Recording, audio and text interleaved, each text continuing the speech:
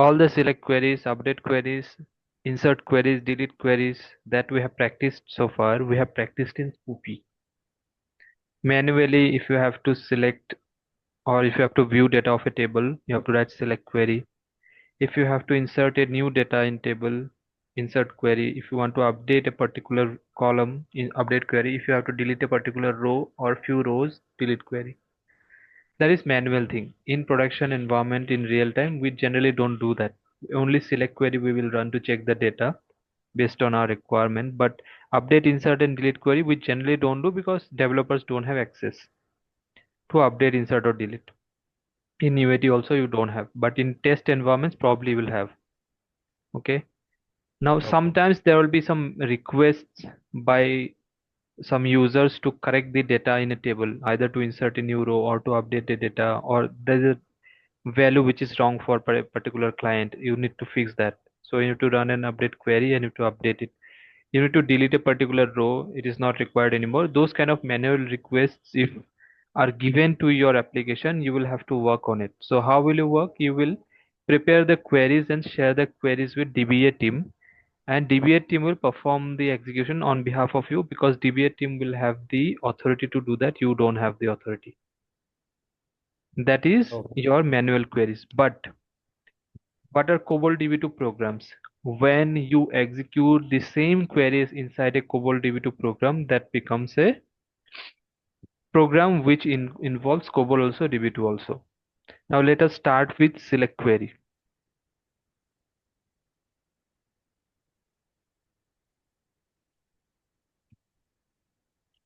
A basic program let us take.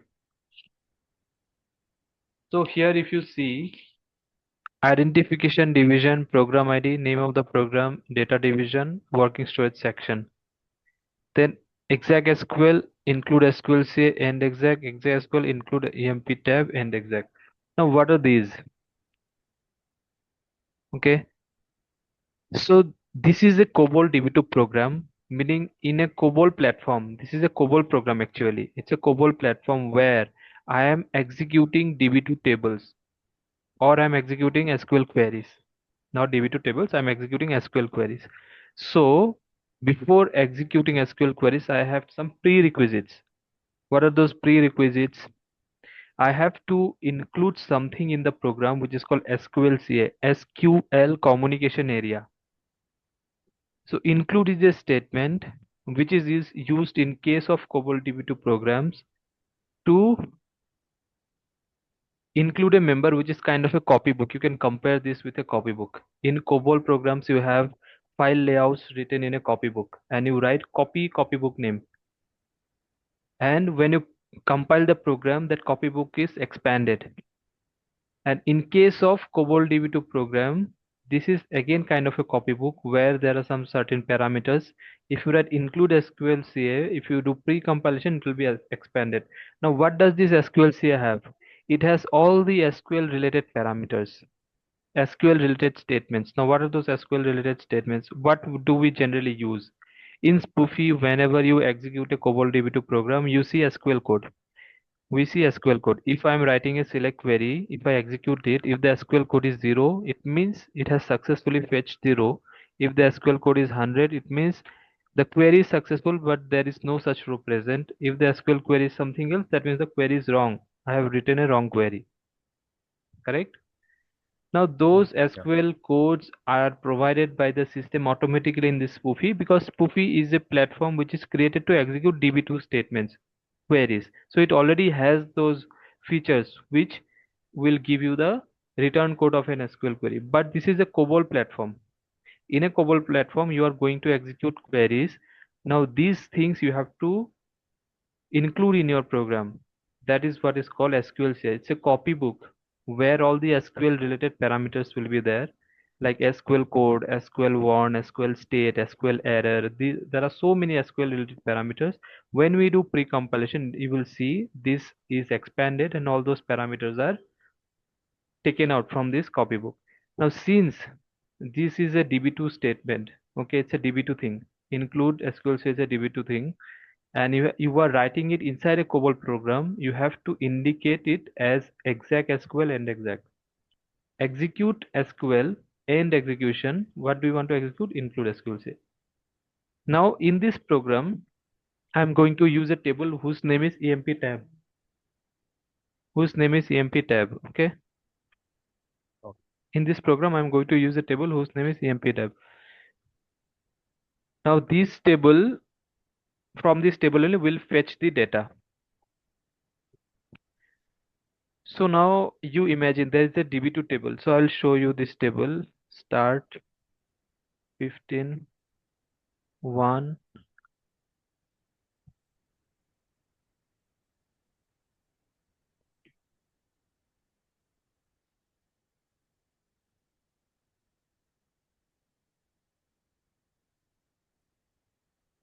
F3, enter. So this is the table, right? This is the data of the table. Now I have executed this query in Spoofy. This is a DB2 platform. Now same table, when you want to use in a COBOL program, you cannot use it directly. It's a DB2 table. You cannot use it directly in a COBOL program.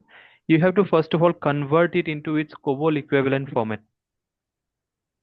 You have to convert this Okay. table, which is like COBOL equivalent, so that the COBOL program can accept this. Otherwise, it will be rejected. You cannot directly call a DB2 table from a COBOL program. You have to first make it compatible with the COBOL program.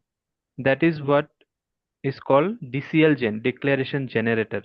Now again you go to the same option, start 15. Just below Spoofy you can see something called DCLGEN. So if you go to option 2, here you need to give the table name which you want to convert. So emp tab is the name of the table, and where do you want to convert it? That library name you can give here. MATESE dot JAB dot DCLGen. This is a PDS library that I have created. I already have it. Inside this, I will create a member called emp tab. So what am I doing here is emp tab is the name of the table which I am converting to its corresponding DCLGen in this library with the same name. Now there are two options. One is called action, one is called add, one is called replace. Add means if this member is already present in this table, sorry, in this library, then it will be added. If it is not already present, it will be added. But if it is already present, you cannot add it. You have to replace it. So let me first press enter and see. See, emp tab already exists. That means is DCLGen is already present in the library. I cannot add it. I need to replace it. So I will write replace. So now member emp tab replaced. So you open this library.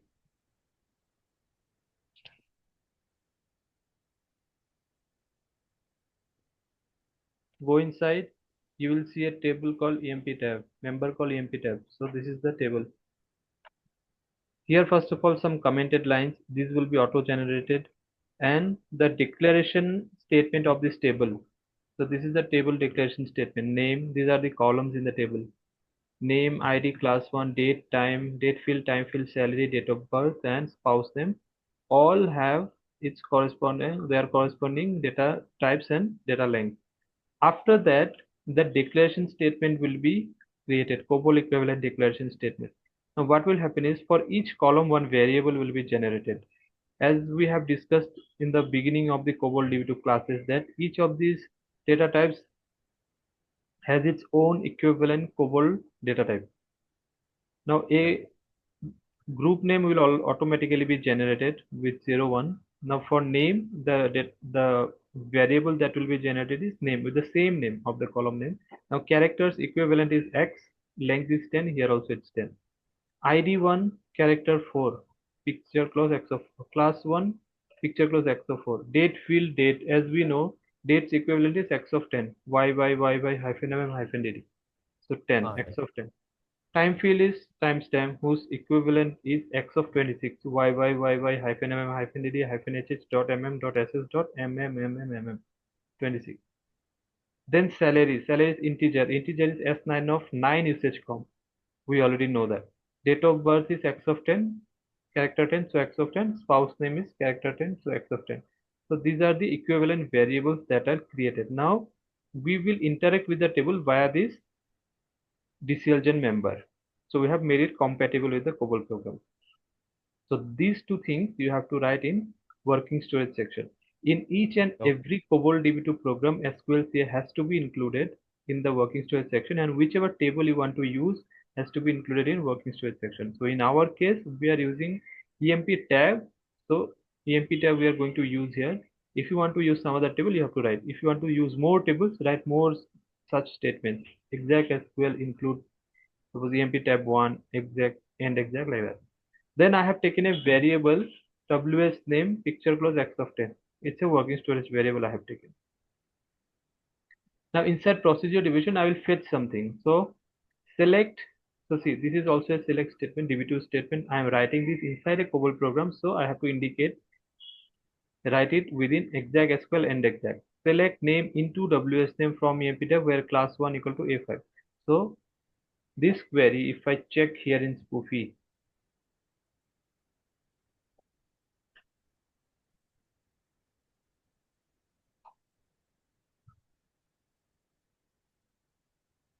so see this row I'm talking about. Select star from emp tab where class 1 equal to a5. So this row is fetched. What am I fetching here? Select name. So let me fetch name here.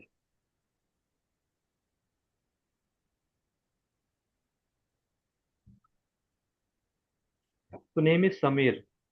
So this is what I'm fetching, Yeah. right? This is what I'm writing. Now while writing in spoofy, we write it simply select name from emp tab where class equal to a5. You don't need any other variable or anything because whatever you want to fetch will be fetched in the spoofy. But when you write in a program, when you execute it, there is no spoofy. Now, after fetching the name, where do you want to keep it? Where do you want to put this variable? You want to fetch the name so that you can use it in the program. Now, where do you want to put it? You have to put it into a variable. That is why I have written exec SQL select name into ws name. That means after fetching the name, put this name into this variable from this table. So this is one extra thing that you have to write when you write a select query inside a COBOL DB2 program. Now, what Okay. is this colon? This colon means this is a COBOL platform where you are executing COBOL DB2 statements. So exec SQL and exec. Now inside DB2 statement, you are using a COBOL variable. WS name is a COBOL variable, right? The working storage Yeah. variable. So we have to always use colon to indicate the system that this is a host variable. It's called a host variable because COBOL variable you are using in a DB2 statement. We need to indicate the system that is it's a host variable. We have to use colon. So when I execute this, then I check evaluate SQL code. Now this evaluation of SQL code are done in all the COBOL DB2 programs. It's very necessary. You are executing this. When you execute this in spoofy, you automatically get the result when you execute. You get the SQL code and everything. But when you execute in a COBOL program, you have to check within the COBOL program. You have not executed the program to check the output. Within the COBOL program, you have to keep the checks to see what the status of the SQL code is and what you should do in case of each and every SQL code. So I have written select name into ws name from AMP tab where class equal to a5. When 0 I'm checking. If the SQL code is 0, that means it is successfully fetched, it is present in the table, so I'm displaying this. When 100, that means query is successful but there is no such row present in the table. Then display no row present.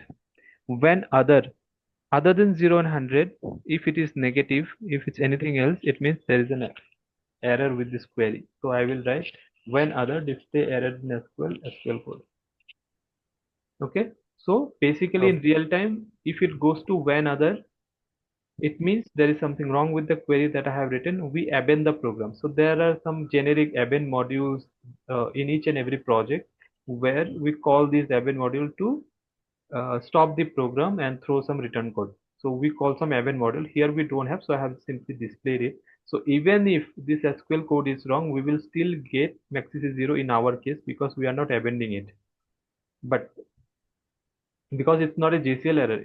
The error is present inside DB2 statement, but we are not amending the program here, so the return code will be 0 in our case. But in real time, you will always see in when other we will amend the program so that it gives some return code also.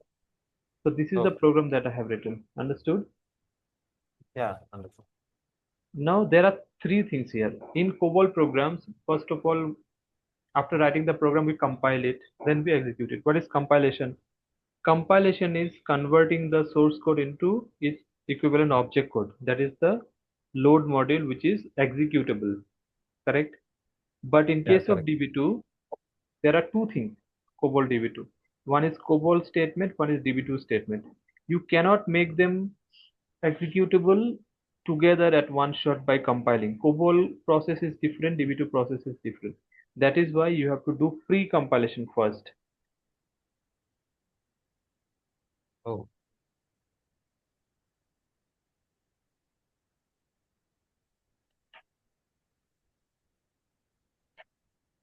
So this is the pre-compilation JCL. Now here I will write the program name. So what will happen? I will tell you. Member is the name of the COBOL DB2 program that you want to precompile. Source lib is the library where it is present. Load library is the library where your COBOL part, executable COBOL part will go. Now, what are these things? Copylib we already know. File structure will be there in copylib. Ignore it for now. There are two more things: DCLGEN and DBRM. Now, what is DCLGEN? We created DCLGEN where we have this empdep. So this library is matac.jab.dclgen. So I will write it matac.jab.jab. And what is DBRM lib? Now these all these values, all these words, copylib, DCLGEN lib, DBRM lib, load lib are present inside this catalog proc. This is a catalog proc which is present inside this library. Everything is present there. Now, what is the input of this COBOL DB2 program? Input is source library where the program is present. Member is the input. DCLGEN is the input where from where the table structure will be picked. Copylib is the input where the file structure is written. There are two outputs. One is DBRM, one is loadlib. In loadlib, the COBOL compiled COBOL part will go. In DBRM, the extracted DB2 part will go. okay. Now, it's called pre-compilation. It has two things. One is COBOL part, one is DB2 part. So a COBOL DB2 program, in our case, it is select. This is the COBOL DB2 program. It has COBOL statement also, DB2 statement also. Inside pre-compilation, first we will separate the COBOL and DB2 statements. Separate, because the way of making this COBOL part executable is different than how we make the DB2 part executable. So first of all, we need to separate them. For separating, we have a utility called DSN HPC. If you open this catalog proc, you will be able to see the DSN HPC is the name of a utility which will separate this COBOL DB2. Now, in the same precompilation, sorry, in the same catalog proc, we have another step where we are compiling. This is normal compilation, how we compile COBOL programs. So this separated COBOL part will be compiled and load module will be created. So COBOL part is done. We have separated also, we have compiled also COBOL part. Now this load module will be loaded inside load library. A simple normal compilation process. Now what about this DB2 part? It is just separated from the main program. It is not made executable yet. It has not been converted yet. So this extracted DB2 part will go to this library matec.jab.dbrm. It will go in this library with the same name. A member will be generated in this library with the same name where the extracted DB2 part will be present. And that part will be bound in the next JCL. That part will be bound to make the output of that, which is called plan, which will be called plan. So this is the executable part of DB2. Now pre-compilation will separate COBOL DB2 part, and compilation will convert COBOL part into load module. Then bind will convert DB2 into plan. Now both load module and plan are the executable format of the COBOL and DB2 parts respectively. Now finally there will be execution where we'll combine both of them and execute. First we are separating, making individual executable, then finally we are combining and then executing. Got it? Got it.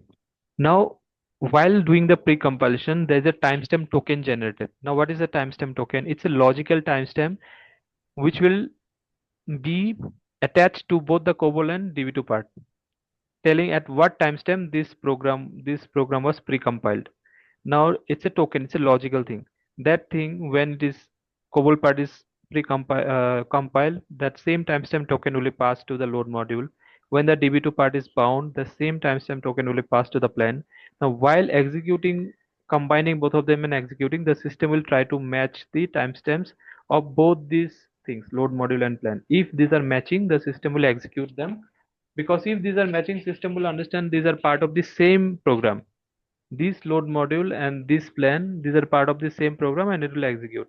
Otherwise it will not execute, because if the timestamp is not matching, then 100, it means this load module is part of one program, plan is part of some other program. That is why timestamp token is given for authenticity. These are logical things, will be automatically done, you don't need to worry. So this is what will happen. So I have written the program name, library name, and given the output also. Now submit it. Pre-compilation is done. So what is there in our program? We have SQLCA. So let us see whether SQLCA is expanded or not. Now go to spool.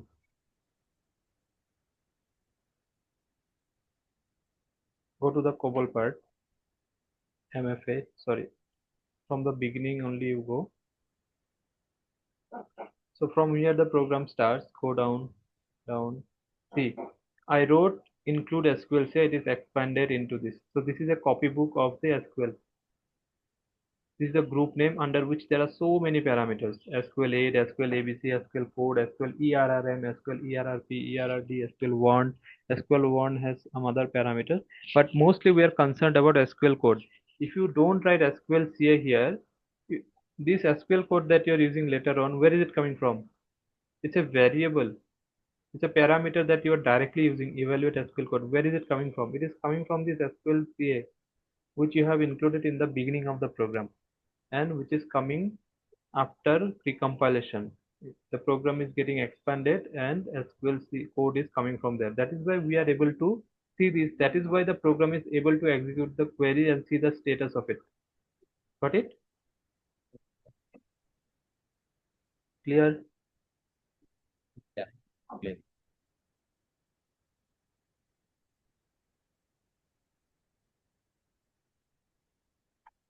Now let us do bind. So for bind, this is the JCL. Here you just need to write the program.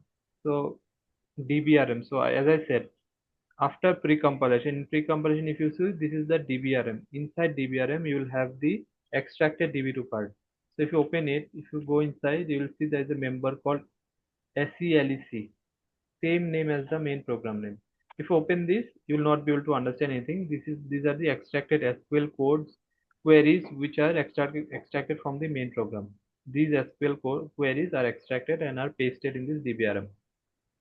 The same DBRM we need to bind now to make the DB2 part executable. COBOL part is done. Okay, after pre-compilation, COBOL part is compiled. So inside this catalog proc, there are three steps. First step is DSN HPC to pre-compile to separate. Second step is pre-compilation using IGY-CRCTL. Third step is link edit using IWB link to make the COBOL part executable. So COBOL part with the same name as SELEC is present here. Now the DB2 part, let us bind. So the name of the member you should write as SELEC. So plan, the output of DB2 is plan, this DB2 statement. So this is the name of the plan, So there will be fixed plan names in your project. Now plan is a product of a project where you have to use the same name, same product in your project, whichever is used. Now if me and you both are working in the same project, you have one program to uh, bind, I have one program to bind. So your program you have done. Yesterday only you have bound your program and your program's output is present here. Now today I want to bind my program. I have to use the same plan. Now I have to remove your code from this plan, correct? Then only I can use my code. I can bind my program here. If I don't remove your code, then your code and my code will be merged. That is why there's a thing called action where there are two parameters, replace and add. So replace will replace the code which is already there in the plan and replace with my code. So we have to always use action equal to replace. Isolation is the how the rows will be locked while processing the records. CS is the most used. It's called cursor stability. So whichever row or whichever transaction this system is currently doing, transaction is a select is a transaction, and update is a transaction, insert is a transaction. Whatever transaction it is doing, only that particular transaction is locked. That particular row will be locked by the system to reduce the situations such as deadlock situation and all.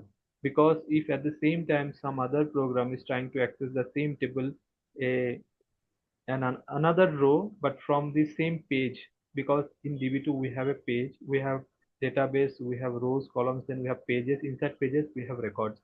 Now in one page there may be 1,000 records. So if you are trying to fetch one record, and if you have locked the record, and if another program is there which is trying to access some other record, but in the same page, he should be able to do it, because you are not holding that record, that should not be impacted. That is why we should always use CS. That is the most safest option of isolation. If you don't use this, if you lock the entire page, then that program will fail because you have locked the entire page. That program will be in hold status. Okay. Now validate we should use bind. That means whether the user has the authority to bind the program or not. Release is commit or rollback. The queries that you have written, whether those will be committed after execution of the program or will be rolled back. Owner is who has created the table, his ID. Qualifier is who is running the DB2 bind, his ID. And encoding is some other parameter. I'm not sure about this. It's specific to this session. If you submit this, in this plan, the executable DB2 part has gone. Now we have two things now. Executable COBOL part has gone to this load library, as executable DB2 part has gone to this plan. Now we have to combine both of them and we have to execute the program. So let's open the execution GCL. Now you must have noticed one thing. While doing pre-compilation, we use DSN HPC as the utility. While doing bind, we use IKJEFT01 utility. And while executing also, we don't use the program name directly. We use IKJEFT01. While executing a normal COBOL program, we directly write the program name here, PGM equal to program name. But since we are executing a COBOL DB2 program, we have to use IKJEFT01, and below we have to write the program name. So what was the name of the program? So when you write run program, this is the name of the load module which is present inside this library. So name of the load module inside this library, this is the COBOL executable part. What is the DB2 executable part? The plan, METESEA. So both you are combining and then you are executing. Now if you submit it, maxis is 0. So if you go to spool, you can see name Samir. So in your program, you had this display. After executing the select statement, when 0, if it is selected successfully, fetched successfully, display name, WS name. Within single quotes, name, colon, space, then WS name. Same thing you have got in the output also. Name, colon, space, Samir. So that is what we checked before. With class 1 equal to A5, name was Samir. Got it? Yeah. Clear? Yes. Any doubt? No, no. But the compilation also differs based on project, right? Hmm? Compilation process will differ. Now see, the basic, I mean, the way of compilation is same, but in some projects you will have some commands directly. In Oh, some projects, no, going just go inside this library and here only you can write some commands. So they have must have done something, some uh, optimize something where you can type some command here, it will be compiled. In some programs, they have created some portal kind of a thing where In the front end, if you give the program name, you can give the library name. In the back end, the same thing happens. Same thing will happen in the back end. Same kind of same utility will be executed. Otherwise, it will not be compiled, precompiled. In the backend, DSN HPC and for compilation, IGY for linked it, IWB link for bind, IKJFT0, everything will be executed. But in the front end, they must have created a portal where you just give the program name, source library, load library, and if you write some command, it will invoke in the backend, some job will run, this job will run, and it will be compiled. So ultimately, this is the thing. These are the things through which it will be compiled, but every project has its different way of compiling. I mean, different portals or options or anything. Clear? Any Yeah, doubt? no doubt. So the same thing you can do with DCLGEN variable also. Suppose I am not using this COBOL variable. I will use here DCLGEN variable. So first of all, what I will do is DCLGEN variable I had no this one group variable. So I can use this one also. This also you can use for so I will initialize this. Then here what I will write is this dot name. So these DCLGEN variables I can use to move or insert update data to pass data. This is the group name, this is the column name. So I have to write here like this group name dot column name, and I have to first of all initialize so that there is no junk value in it. So I am now moving the name into this. So here what I have to do is here I have to write name of DCLGEN. That's the difference. While writing in the COBOL program, you can write DCL emp tab dot the program column name. But while writing in COBOL statement, you have to write column name of the DCLGEN variable, group variable. This is the difference. Now, if you execute, same result will come. Oh, Okay, so there are multiple ways. You can use working storage variable, you can use DCLGEN variable. Just remember this thing. If working storage, directly write WS name. Here also WS name with DCLGEN variable name dot name and name of DCLGEN variable. You can write directly name here also, it will work. But the thing is, if you are using multiple tables where you have the same column name called name, it will fail. That is why to specify that this name is present in this table, we mention DCLGEN name variable name.